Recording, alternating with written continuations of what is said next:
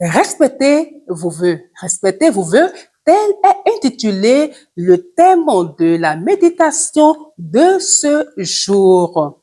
Alors, si vous êtes nouveau, abonnez-vous pour ne rater aucune de nos vidéos. Je tiens aussi à vous informer que nous faisons dorénavant la méditation en direct tous les jours, du lundi au samedi, de 5h à 6h pour permettre à ceux qui vont travailler d'avoir le temps de s'apprêter pour se rendre au travail. Donc, tous les matins sur TikTok, et on n'a pas encore commencé sur YouTube.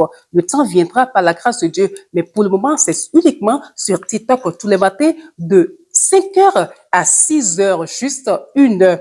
Allez, on va commencer en lisant notre verset d'appui de ce jour qui est tiré du livre d'Ecclésiaste. Ecclésiaste, le chapitre 5, verset 4. Ecclésiaste 5, verset 4, qui dit exactement ceci. Lorsque tu as fait un vœu à Dieu, ne tarde pas de l'accomplir, car il n'aime pas les insensés. Accomplis le vœu que tu as fait. Bien, c'est quoi un vœu? On va se demander, mais le vœu, c'est quoi? Peut-être que vous avez une idée vague de ce que c'est. Alors, je rappelle que le sens premier sur lequel je m'attarde et qui m'intéresse d'ailleurs dit ceci. Le vœu, c'est une promesse faite à Dieu par laquelle on s'engage à quelque œuvre que l'on croit lui être agréable. Ou dit terre à terre, c'est quoi un vœu, c'est quoi? Je m'engage, je dis, mon Dieu, je vais te faire ci, je vais te faire ça. Et ce que je dis que je vais faire là, je pense que ça va plaire à Dieu. Dans ma tête là, moi qui veux faire le vœu, je pense dans ma tête, je sais que je me dis que si je fais ça à Dieu, ça va lui plaire. Et je lui dis, s'il te plaît, fais-moi telle et telle chose. Si tu me fais ça, alors moi je te fais ci, alors moi je te fais ça. C'est ce qu'on appelle un vœu. Quand est-ce qu'on fait des vœux? Quand est-ce que les hommes font des vœux? Quand est-ce que des chrétiens, des gens font des vœux à Dieu?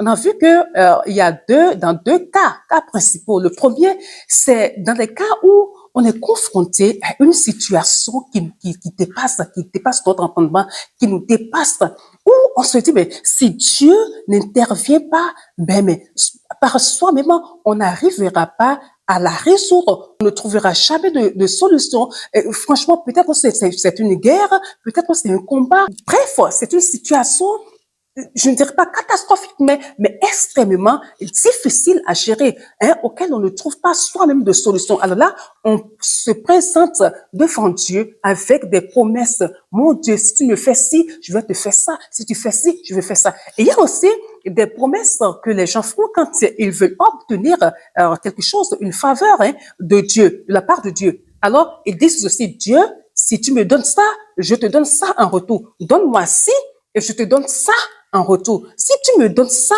alors je te ferai ceci. Voilà. Alors, si on fait le vœu, il faut vraiment les respecter. C'est pourquoi Ecclésiaste a dit, il dit, lorsque tu as fait un vœu à Dieu, ne tarde pas de l'accomplir, car il n'aime pas les insensés. Donc, les personnes qui font des vœux et qui ne les respectent pas devant Dieu sont des insensés. C'est même pas devant Dieu seul.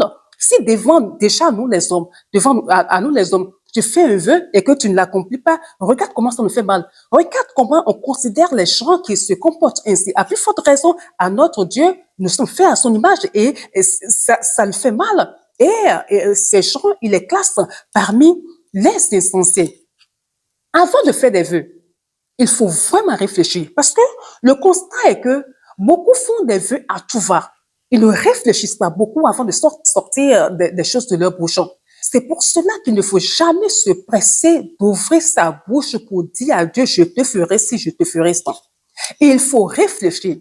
Tourner la chose là, la promesse là, la tourner dans sa tête plusieurs fois, la tourner, la retourner, retourner avant de la sortir. Regardez les tenants, les aboutissants, les contours. Avant de la sortie de sa bouche, c'est très dangereux. C'est dangereux de dire à Dieu, je te ferai ci, et de ne pas le faire. Vous allez voir l'exemple d'Anne. Anne a dit à Dieu, franchement, j'ai besoin d'un enfant. Si tu me donnes cet enfant, je fais la promesse que je vais te le donner. Effectivement, tu lui as donné Samuel. Dieu lui a donné cet enfant. Ça a été difficile. Imaginez une mère qui n'a pas d'enfant et qui fait un seul enfant. Elle s'est déjà attachée à cet enfant-là. Et aussitôt, c'est vrai, elle le prend. Elle va le donner. Elle n'avait plus de choix, en fait. Puisqu'elle a promis à Dieu de donner cet enfant, il fallait qu'elle le fasse. Elle connaissait tout ce qui entoure le fait de ne pas respecter son vœu. Donc, elle l'a respecté, elle a pris Samuel qu'elle est allée donner, qu'elle allait donner. Vous voyez, il y a aussi l'exemple de Jephthé. Jephthé dit ceci dans Juge 11, 30 à 31. Attendez, j'aurais bien aimé qu'on lise ce passage-là. Je vais lire les versets 30 et 31. Alors, Jephthé fit un vœu à l'Éternel et dit, si tu livres entre mes mains les fils d'Ammon, quiconque sortira des portes de ma maison au devant de moi, à mon heureux retour de chez les fils d'Ammon, sera consacré à l'Éternel et je l'offrirai en holocauste. Voilà le vœu que Jephthé a fait. Et Dieu lui permet d'avoir la victoire et au retour, pour ceux qui connaissent l'histoire, c'est sa fille qui est la première personne qui sort pour le rencontrer. Comme il a déjà fait ce vœu, il ne pouvait que le respecter. Il était obligé de sacrifier sa fille, de la donner en holocauste à Dieu. Alors, regardez comment, par le passé, on respectait le serment. Façon dont il respecte, il craignent l'Éternel. Dieu n'est pas quelqu'un à qui on fait un vœu et on ne le tient pas. C'est pas comme aujourd'hui où on voit surtout dans nos assemblées, dans nos églises là, il y a des gens sans gêne, ils se lèvent. Moi, je vais prendre en charge 2 tonnes de ciment. Moi, je vais prendre en charge les faits. Moi, je vais acheter le micro. Moi, je vais acheter la batterie. Ainsi de suite, ainsi de suite. Et ils font ces vœux-là. Et l'assemblée les acclame. 1 mois après, 2 mois, 3 mois, 4 mois. Où sont ces promesses-là? Où sont les choses qu'ils ont promises là? Rien. On ne voit rien venir. Rares sont les personnes. Rares sont les personnes qui honorent leurs vœux. Rares sont les personnes qui font ce qu'ils disent. Pourquoi? On voit que là, c'est pourquoi? C'est pour se faire voir, pour les gens vous applaudissent. On ne respecte plus Dieu. On ne se rend même plus compte que c'est devant Dieu, devant les hommes, devant Dieu, dans la maison de Dieu, qu'on a eu à faire ces genres de promesses-là. Non, d'autres le font parce qu'on veut que le pasteur prie pour soi. Non, parce qu'on veut être bien considéré par l'assemblée. Mais c'est mal. Quand vous faites des vœux, il n'est pas bon de ne pas les respecter. Ce n'est pas bon. Ce que vous faites est très dangereux si Dieu se décide par lui-même à vous retirer ce que vous lui avez promis. Là, ce ne sera pas sans les pleurs. Ce ne sera jamais sans les pleurs. Et il y a aussi ceci qui est très important. C'est-à-dire que lorsque vous avez eu ce que vous avez demandé, lorsque tu as rempli sa part et que c'est à votre tour de remplir votre part, faites-le très tôt. Ne rejetez pas à demain. Ne vous adonnez pas à la procrastination. Non. Pourquoi? Parce que si vous ne le faites pas très tôt, vous laissez un peu de temps, l'air entrer dans l'affaire là, il y a le diable qui vous viendra murmurer dans vos oreilles, mais attendez, c'est plus grave, laisse tomber, ce n'est plus grave, laisse tomber, si tu ne le fais plus, c'est pas grave, écoute, si c'est ton argent, mais écoute, c'est ton argent, est-ce que tu sais que on ne sait jamais, est-ce que tu sais que on ne sait jamais, peut-être que le mois prochain, il y aura un problème,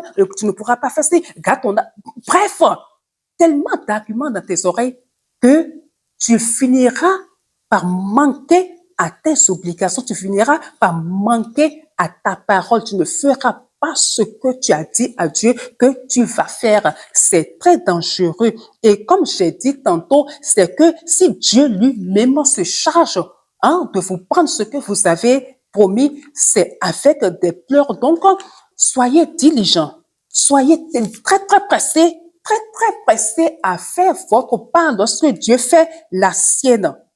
Dans Job 22, le verset 27, il est dit que ce sont ceux, je paraphrase, ce sont ceux qui payent leurs vœux qui peuvent décréter une chose et elle sera établie. Ce sont ceux qui payent leurs vœux qui peuvent décréter une chose et elle sera établie. Ce verset nous montre l'importance qu'il y a dans le fait d'honorer ses vœux. Bon, on va dire ceci pour finir. Respectez vos vœux. Rachetez vos vœux. Aujourd'hui, demandez la miséricorde de Dieu pour ce que vous avez fait et jamais payé. En ce jour, demandez la miséricorde de Dieu pour toutes les promesses que vous lui avez faites, que vous n'avez pas honorées. Peut-être qu'il a d'autres même qu'il a déjà arrachées, qu'il a déjà pris lui-même, sans que vous ne le sachiez. Peut-être qu'il ne les a pas encore pris et qu'il attend le bon moment pour le faire. Dieu est miséricordieux. Avant, vous ne le saviez pas. Maintenant que vous savez écouter ceci, demandez pardon et pressez-vous d'aller faire votre part. D'accord? Ceux qui honorent leurs vœux, ceux qui honorent les promesses qu'ils font à Dieu sont bénis, reçoivent des bénédictions abondantes de la part de Dieu. Je vous avais donné l'exemple de d'Anne. Anne a donné Samuel, mais après Anne, Dieu lui a donné encore 5 enfants. Elle a demandé un, elle a donné ce seul, unique enfant à Dieu, mais Dieu lui a redonné 5 enfants. D'accord? Donc, ne prenez jamais Dieu pour un fou. Il est plus intelligent que de tous. Il nous connaît. Il sait comment nous retirer.